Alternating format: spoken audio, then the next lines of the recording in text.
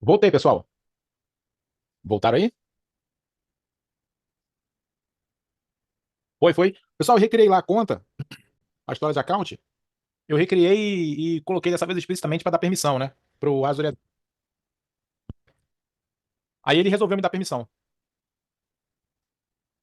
Coloquei lá para dar permissão pro Azure AD, que antes ele tava com permissão somente para chave de acesso. E esse meu usuário, não sei porque todos os usuários que eu tô logando estão entrando com o meu usuário do Azure AD. Depois eu vou dar uma olhadinha que eu devo ter feito alguma coisa no usuário lá que deve ter vinculado o SSO, alguma coisa assim. Depois eu vou tentar desvincular. Aí eu consegui fazer o mapeamento aqui, tá? Rodei aquele script de novo que ele gerou lá. Aí coloquei o script aqui, né? New PS Drive, Z, e aí ele pegou lá aquele meu armazenamento, ó. Apareceu um mapeamento aqui para mim, 100 teras. Sistema de arquivo, MAFIS. Microsoft Azure File System, 100 tera. Tá? Então é um disco SMB 3.0 compartilhado, NTFS. Consigo dar as permissões aqui, utilizando lá os meus usuários do Azure AD. Tá? Vocês vão ver que ele não usa o usuário da rede local. Você precisa dar permissão usando os usuários do Azure AD. Então você consegue dar permissão lá pelo portal mesmo. Beleza? Mas assim, gente, é bem difícil usar isso aqui como file server, tá? Porque todos os provedores bloqueiam a porta 445. Só não bloqueia quando é link corporativo. Link doméstico, todo mundo bloqueia a porta 445. Aí você não consegue entregar isso aqui como substituto do file server, porque não mapeia. Você não consegue usar esse script para mapear por causa desse bloqueio dos provedores. Aí quer dizer, o serviço está aqui, está pronto. Dá para substituir o meu file server por ele? Dá para substituir. No momento, os provedores não deixam a gente usar a porta 445, então não dá para usar. Tem que fazer VPN para poder utilizar, né? Todo mundo conseguiu ver aí? Sim. Pô, se isso funcionasse, seria a mão na roda, hein? Opa, ô Leonardo, o que que tu perdeu? Eu refiz lá a conta e dei permissão pro meu usuário, aí ele mapeou. Ó, eu refiz lá a conta e pedi pra ele dar permissão pro Azure AD, que eu não tinha permitido da outra vez, porque eu ia mapear usando a própria conta do usuário. Só que ele tá logando com o Romulo Assis toda hora, ele não tá logando com a minha conta do Azure. Aí eu pedi pra dar permissão também pros usuários do Azure AD. Aí ele deixou eu logar. Aí consegui fazer o mapeamento, tá? Usando aquele script. 100 teras. 100 tera é disco pra caramba. Gente, as migrações para o Azure. Eu posso fazer migração para o Azure? Sim. Existem ferramentas de migração para o Azure hoje, são muitas ferramentas disponíveis no mercado para migrar para o Azure, tá? Tem algumas pagas, tem algumas gratuitas. Vocês podem estar utilizando alguns comandos de apoio para fazer essa migração. O próprio Robocop, tem o comando do AZ, tem um site chamado Migrime também que migra. Então tem diversos recursos no mercado para você fazer migração para o Azure. Existem alguns serviços especializados, igual o Azure Databox. O Azure Databox é para você migrar arquivo, tá? Muito arquivo. Então eu tenho lá 50 teras de arquivo para migrar para a nuvem. Como é que eu faço isso? Copio via link de internet? Ah, vai demorar muito, quero levar isso rápido. Você pode estar usando o Azure Databox. Basicamente, o Azure Databox é um courier. Tá? Vai um agente lá no ambiente corporativo, conecta um storage portátil no seu ambiente de rede, vai armazenar todos os dados do seu ambiente de rede dentro desse storage portátil, tudo criptografado, e aí o agente pega esse storage, leva para o parceiro de serviço Microsoft, e o parceiro conecta no data center da Microsoft. Aí você vai abrir o seu portal do Azure, vai na opção Azure Databox, vai aparecer lá o Azure Databox para você descriptografar e abrir o armazenamento. Aí você vai ter disponível lá os seus 50 teras para você copiar para dentro do Azure para onde você quiser. Copiar para dentro de uma conta de armazenamento, copiar para dentro de um banco de dados, de um data lake, para onde você quiser. Então a ideia do Azure Databox é realizar essa migração de uma grande quantidade de dados utilizando um armazenamento físico, em vez de você ficar fazendo essa migração utilizando link de internet. Aí, ó, aqui a ferramenta que eu falei com vocês, ó, tem um AZCOP, né? Tem um Robocop, tem um AZCOP. Então, o próprio AZ tem a opção de prompt para vocês fazerem migração. Então, quais são as opções de gerenciamento que a gente tem hoje? Nós temos o AZCOP para fazer toda a parte de gestão lá de sincronização e de cópia, né, dos dados. Temos o gerenciamento de armazenamento do Azure, onde a gente pode estar fazendo também gestão de armazenamento de dados, e temos a sincronização de arquivos do Azure. Gente, esse aqui eu não mostrei para vocês, eu cheguei a usar aqui, mas não cheguei a falar dele. Quando nós abrimos aqui, quando eu abri aqui o meu File Server 1, então vou voltar aqui no meu storage, tá? A minha conta de armazenamento, entrei aqui no meu storage. Dentro do meu storage, eu criei um disco do tipo SMB 3.0, que é o compartilhamento de arquivo. Aí, se eu entrar aqui dentro do meu file server, agora que eu estou com permissão, eu consigo carregar arquivos aqui para dentro. Então, se eu clicar lá no procurar, vocês vão ver que eu já até carreguei um arquivo aqui, ó, criei uma pasta e eu posso estar carregando, né, jogando arquivos aqui dentro. Esse gerenciador de arquivo aqui é um gerenciador de arquivo bem simples, né? Você não tem muita opção para fazer, baixar, ver propriedade, excluir. É coisa bem simples, tá? Existe algum gerenciador de arquivo mais detalhado? Existe. Na própria nuvem, se você voltar aqui para dentro do storage, você tem a opção de navegador de armazenamento, que é como se fosse algo bem mais próximo do nosso gerenciador de arquivo. Então, clica nele, clica na opção de disco que você quer e ele vai abrir uma interface aqui de gestão que é bem mais parecida com a interface lá do Windows Explorer. Você consegue copiar arquivo de um lugar para o outro, você consegue copiar e colar, você consegue fazer algumas coisitas aqui a mais. Existe o navegador de armazenamento para você instalar no seu ambiente local, tá? Então a gente pode vir numa máquina, nosso computador aqui, instalar, baixar, né, e instalar o gerenciador de armazenamento, abre ele, loga com a sua conta do Azure e todas as suas histórias de account aparecem no seu computador local para você copiar, recortar, colar, migrar arquivos para a nuvem. Então é também uma boa estratégia de migração usar o gerenciador de armazenamento do Azure, porque você instala no seu ambiente local e aí você vai copiar e colar os recursos e ele vai jogar para a nuvem. Ele é basicamente o front-end para o Azecop, tá? Por trás ali está rodando o comando Azecop. E o que é a sincronização de arquivos do Azure? Aqui no Azure, nós temos o serviço de migração. Esse serviço aqui, ó, migrador de armazenamento do Azure, ele pega os dados que está no seu ambiente local e leva para o seu ambiente de nuvem. Então ele pega, levou, acabou. Migrou, acabou. Se você alterar alguma coisa no seu ambiente local, não vai estar no ambiente de nuvem ou vice-versa. Existe uma maneira de eu pegar o meu ambiente local e o meu ambiente de nuvem e integrar eles dois? Se eu criar alguma coisa na nuvem, replica para o local. Se eu criar alguma coisa local, replica para a nuvem? Existe. Esse aí é o serviço de sincronização de arquivos do Azure. Como é que ele funciona? Você vai instalar. Opa, você vai instalar aqui, você vai criar um compartilhamento de arquivo. Depois que você criou o compartilhamento de arquivo, você vai vir aqui nos serviços de sincronização.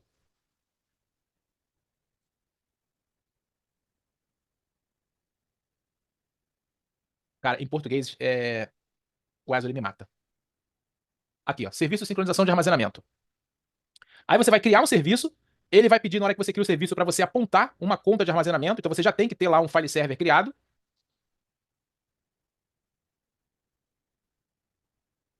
Rede vai ser todas as redes, marca, criar. Gente, eu não vou criar esse cara aqui, não, que esse cara é caríssimo, tá? Esse cara aqui é caríssimo. Você clica lá em criar, ele vai te pedir para vincular uma conta de armazenamento a um agente. Você vai pegar esse agente, vai instalar no seu file server, e aí você vai apontar a pasta do file server e ele simplesmente vai trazer tudo do seu file server aqui para a nuvem. Então ele vai pegar tudo que tem no seu file server. Opa! Ué, deixa eu fazer aqui pela nuvem. Ele vai pegar tudo que estava lá no seu. Ah, tá implantando. Eu vou só mostrar ele pra vocês, mas eu não vou fazer não, porque ele é muito caro. Muito caro mesmo. Foi um serviço que eu usei assim, é muito bom, mas ele é muito caro. Ele vai fazer exatamente esse processo aqui, tá? Inicialmente. Ele vai pegar tudo do seu ambiente local, vai replicar e vai colocar na nuvem. Só que depois que ele faz essa replicação inicial, ele cria um modelo de sincronização em duas vias. Então você pode pegar o agente e instalar em 5 file servers diferentes. Os 5 file servers sincronizam com a nuvem e a nuvem sincroniza de volta com os 5 file servers. Então você passa a ter uma estrutura única de arquivo em toda a infraestrutura. Os usuários podem acessar o ambiente de nuvem ou podem acessar o ambiente local. Tanto faz. Eles vão ter acesso ao mesmo arquivo. Isso aí seria o serviço de sincronização, tá? Então tem um agentezinho que você vai baixar. Ó, aqui na hora de configurar, você diz lá os grupos de sincronização, os servidores registrados. Então você tem que colocar lá a sua, ó, baixa o agente de sincronização do Azure, vai instalar esse agente lá nas máquinas, né? O grupo de sincronização, você vai fornecer uma história de account para ser o grupo de sincronização. Então já tem que ter uma história de account, ó. Seleciona a conta de armazenamento. Aí ele vai mostrar lá aquele file server 1, ó, que eu criei, ó, história de Rômulo, file server 1. Ó.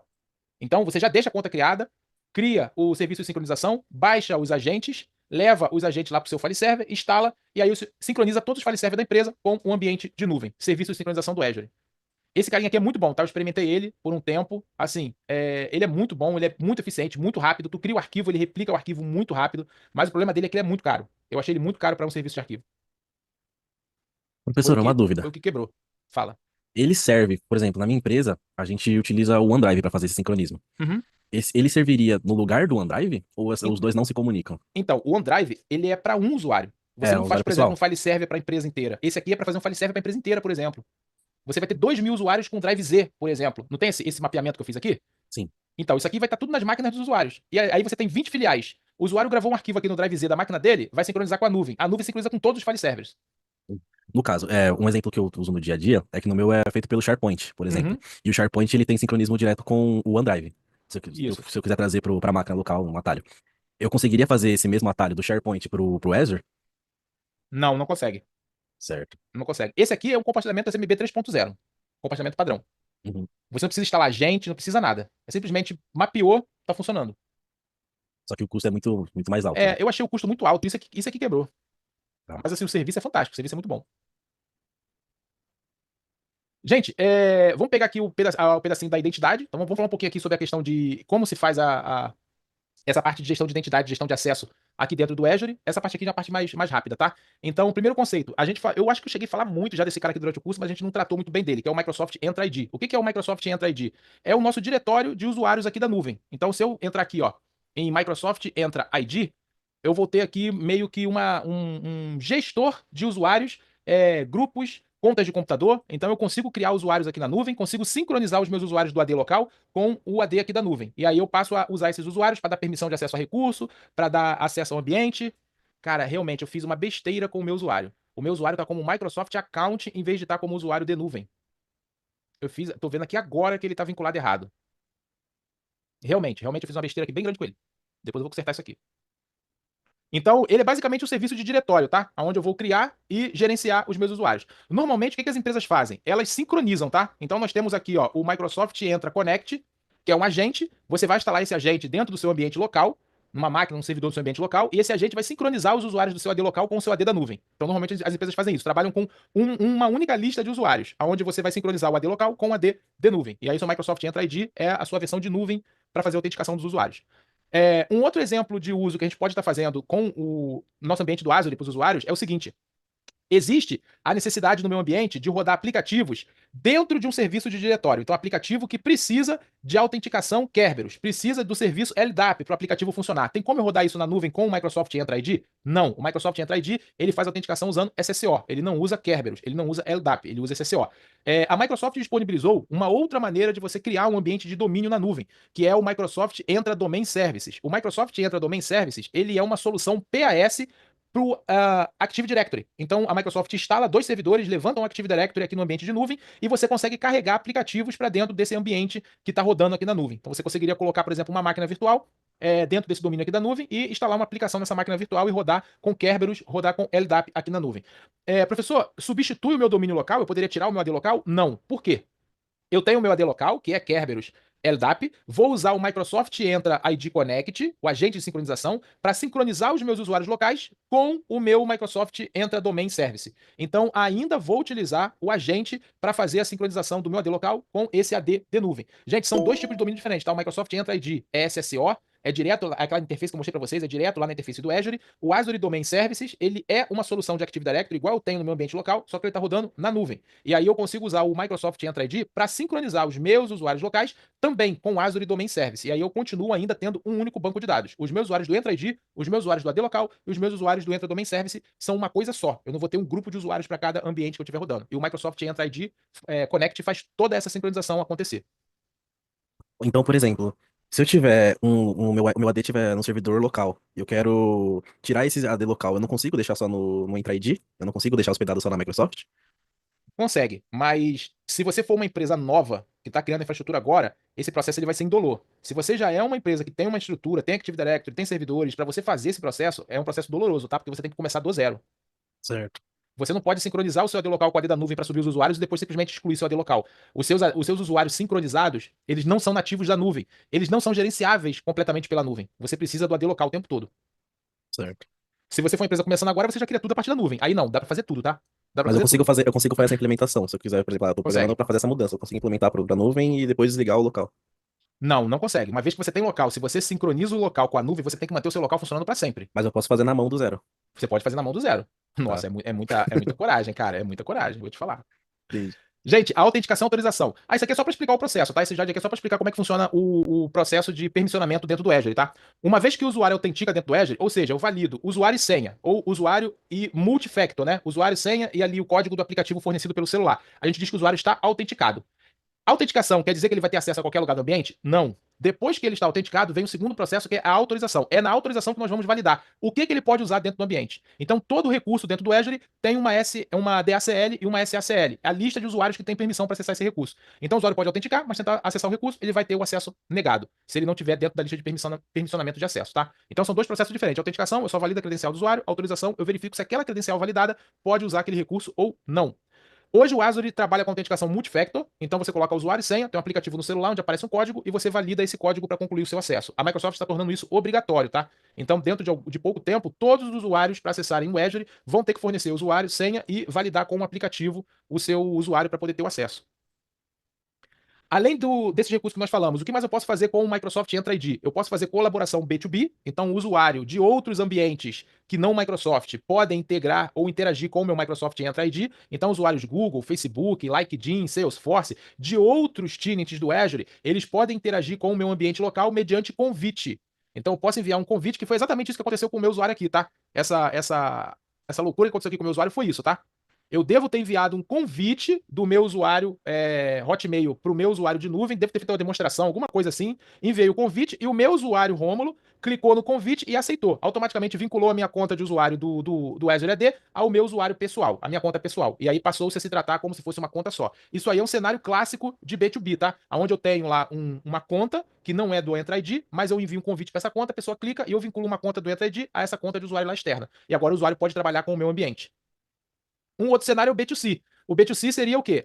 Usuários que fazem acesso a aplicações dentro do meu ambiente. Então nós temos lá o nosso Azure AD, temos um usuário de algum outro tipo de serviço externo e temos uma aplicação. O usuário tenta usar a aplicação e a aplicação valida ele dentro do nosso Azure AD. Então vai fazer ali a verificação. Ó, o fulano lá do Google tentou usar o aplicativo aqui, eu vou tentar logar nesse aplicativo usando a credencial dele do Google. Uma vez que eu validei a credencial do Google, eu vou no meu Azure AD e faço a autorização e vejo, esse usuário pode usar essa aplicação? Sim ou não? Então, eu posso também fazer isso, tá? O B2B, que é quando o usuário conecta direto os recursos da empresa e só os recursos da empresa, e o B2C, é quando eu tenho algum outro aplicativo ali que o usuário tenta acessar e o aplicativo valida ele junto ao meu ambiente. Não precisa ser usuário do meu Azure AD, tá? Pode ser usuário Google, Facebook, na realidade pode ser N empresas diferentes. Tem muita empresa que tem essa parceria de funcionamento, de integração, de autenticação junto à Microsoft. Isso aqui, para quem trabalha com aplicativo e publicação de aplicativo, isso aqui é mais comum de se ver, é mais vivenciado. Gente, o processo de autorização. Vamos lá. Dentro do Azure AD, quem é que é responsável por realizar o processo de autorização do usuário? É um recurso chamado acesso condicional. É uma política, tá? Essa política, ela vai comparar diversos aspectos do acesso do usuário. Então, quem é o usuário, a qual grupo ele pertence, de qual local ele está autenticando, qual dispositivo ele está usando, qual aplicativo ele está tentando acessar, se ele oferece algum tipo de risco ao ambiente em relação ao tipo de acesso dele, e tem uma informação que não está aqui, mas que o ambiente coleta em relação ao usuário, tá? Se o dispositivo dele é um dispositivo gerenciado ou não. Dispositivos gerenciados quer dizer que são dispositivos seguros. A empresa tem gestão desse dispositivo. Então, tudo isso aqui é levado em consideração na hora que o ambiente vai autorizar o usuário para verificar. Ele pode usar essa aplicação ou não. Então, lá na política de acesso condicional, eu criei as regras todas, tá? O usuário conector, ele está com o dispositivo dele. O IP que ele pegou, é o IP da Rússia. Aí o sistema, é o usuário, tá com o dispositivo dele, mas pegou um IP da Rússia? Aí o que esse usuário vai tentar fazer? O que ele vai querer acessar? Aí o usuário tentou acessar o OneDrive dele. Aí o sistema, tá, beleza. Ele pode estar lá no IP da Rússia, mas ele está tentando acessar o OneDrive dele. Ok, vou deixar. Mas já fico ali meio que desconfiado. Se o usuário, depois de tentar acessar o OneDrive, ele tentar, por exemplo, acessar o SharePoint com os arquivos compartilhados entre os membros da empresa, aí o sistema já vai adotar o processo de detecção de risco. Não, tem alguma coisa arriscada, tem alguma coisa errada. Esse usuário, ele tá tentando acessar algo que é mais crítico, mas só que eu tô com dúvida em relação ao local desse IP. Ele nunca acessou de lá. Vou ativar a detecção de risco, vou marcar a conta dele como conta em risco e vou mandar uma mensagem pro meu administrador de segurança para que ele interaja e veja o que está acontecendo. Por que esse usuário está com essas características de acesso? Então, gente, essa política de acesso condicional, ela pode tanto suavizar como ela pode reagir e bloquear até mesmo o acesso do usuário, tá? Ela pode dar acesso a alguns recursos e bloquear para outros, pode avisar o administrador de segurança, pode bloquear o acesso. É aqui que é feita a minha autorização, tá? É aqui que a mágica acontece. O controle baseado em função, que é o RBAC, que é a estratégia que a Microsoft usa hoje em dia para permissionar tudo no Azure. Vocês viram lá que na hora que eu estava tentando dar permissão para a máquina virtual para um usuário, eu não estava procurando um grupo, eu não estava procurando dar permissão em cima do recurso da máquina virtual. Como é que eu estava fazendo o permissionamento da máquina virtual? Eu estava entrando aqui na opção do IAM, né, que é onde você dá permissão, IAM, controle de acesso, e aí você vem aqui e adiciona uma função. Ou seja, o que o usuário vai fazer? Você procura aqui na lista de funções o que o usuário vai executar dentro do sistema, você escolheu a função, você avança e coloca o usuário. Automaticamente o sistema vai dar todas as permissões necessárias para que aquela função seja executada. Pô, eu peguei logo uma função que não tem quase nada. Deixa eu pegar aqui um contributor, que o contributor ele tem um monte de coisas. Aqui, ó, Azure AI Administrator. Então, ó, todas as permissões para um usuário ser um Azure AI Administrator. Olha a quantidade de permissões, ó. Por isso que o Azure não trabalha com o conceito de permissão igual nós trabalhamos local. seria muito difícil você dar permissão em cada item, dizer o que o usuário pode fazer em cada item desse. A Microsoft faz o quê? Ela já cria uma série de funções, deixa essas funções todas prontas, e aí na hora que você precisa dar permissão para o usuário, simplesmente pega o usuário e coloca ele dentro de uma determinada função. Automaticamente ele ganha acesso a todos os recursos necessários para executar aquela tarefa dentro do ambiente. Beleza? Uma Então, dúvida. Eu diga. consigo fazer alteração de uma função já existente? Tipo, de 10 acessos que ela vai poder mexer, fazer a leitura, eu consigo, por exemplo, tirar um, dois, para minimizar o acesso, ou não? É a função pronta e é isso. Então, você consegue duplicar a função e depois modificar. Você não altera as funções built-in, as funções padrões, mas você pode pegar aqui, essa função aqui, leitor, faz 95% do que eu quero. Você consegue duplicar essa função e aí depois ir lá na função que você duplicou, você consegue tirar e colocar mais o que você quiser e usar essa função depois para dar permissão. Entendi. Gente, por que a Microsoft trabalha com esse conceito de funções e trabalha com esse conceito da política de acesso condicional? Porque ela adota dois modelos de segurança dentro do ambiente dela, tá? O primeiro modelo é o chamado confiança zero, ou seja, tudo que você vai acessar dentro do sistema passa por um processo de autorização. Tudo. Loguei, autentiquei, ok. Vou acessar um Drive, uma autorização. Vou acessar SharePoint, outra autorização. Vou acessar Exchange, outra autorização. Tudo que você vai fazer dentro do ambiente passa por uma rechecagem se você tem permissão de acesso, se você pode fazer aquele acesso. Isso a gente chama de modelo de confiança zero, tá? O tempo todo você é testado para você saber, para o sistema saber se você continua confiável. Um outro modelo que a Microsoft trabalha é o chamado defesa em profundidade. Tudo dentro do ambiente tem várias camadas de segurança onde se aplica essa segurança. Então, para você ter acesso aos dados corporativos, você tem que passar pela camada de segurança física, pela camada de segurança da identidade, rede de perímetro, rede interna, o software hardening, né, que é a segurança ali já de sistema operacional, segurança no nível da aplicação e, por último, segurança no acesso aos dados. É a chamada defesa em profundidade. Então, são dois modelos que a Microsoft trabalha em relação à segurança. Defesa em profundidade, porque você vai adicionando várias camadas de proteção. Quanto mais interna for a informação, vai ter mais proteção protegendo. E o outro modelo, que é o modelo de confiança zero, onde eu testo tudo o tempo todo para saber se o usuário ele continua com permissão para fazer o acesso ao recurso ou se ele não tem mais permissão de acessar determinados recursos no ambiente. Então, esses são os dois modelos, tá, que a Microsoft trabalha hoje no Azure em matéria de segurança.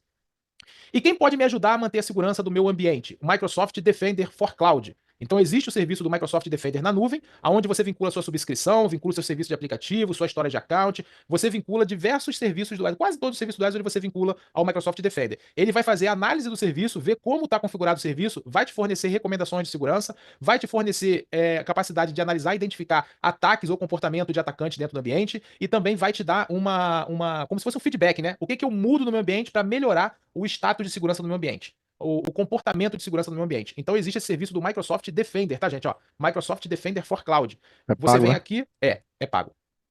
Mas vale Beleza. muito a pena, tá? Ele dá umas sugestões assim, pô, muito maneiras.